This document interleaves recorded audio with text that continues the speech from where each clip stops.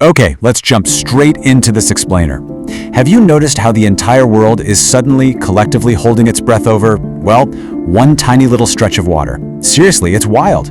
Let's break down exactly what's going on with today's absolute biggest geopolitical crisis. So, let's dive into this.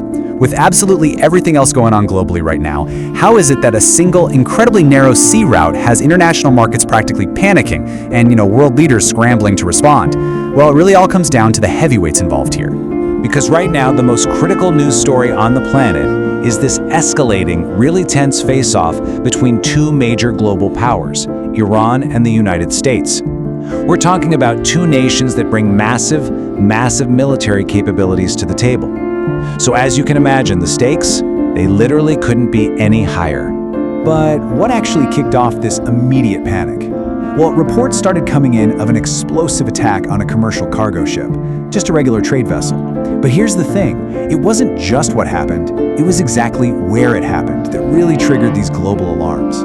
See, the attack struck right near the Strait of Hormuz. Now, if you're not familiar, this incredibly narrow bottleneck is basically the absolute choke point for the entire world's energy supply. We are talking millions of barrels of oil passing through this one tightly constrained corridor every single day. It's like a giant funnel. If it gets blocked, the global energy tap basically just shuts off.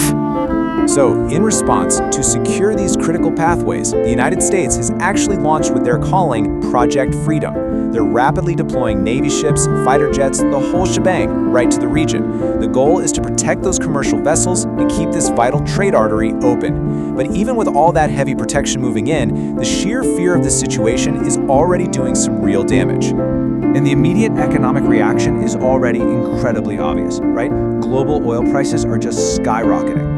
It's crazy because even if the actual military conflict is thousands of miles away from you, the mere fear of a disrupted energy route instantly spooks the financial markets. And that drives up costs for shipping, manufacturing, transportation, literally everything worldwide.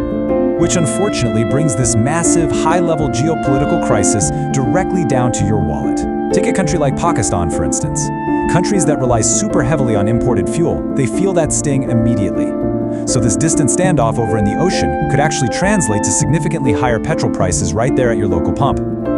So, it leaves us all with a pretty critical question. Just how long can everyday consumers bear the costs of this kind of global instability before local economies really start to fracture? Honestly, it's a highly volatile situation right now. Make sure you keep your eyes on the news, stay informed, and definitely follow us for more urgent updates on how this all unfolds.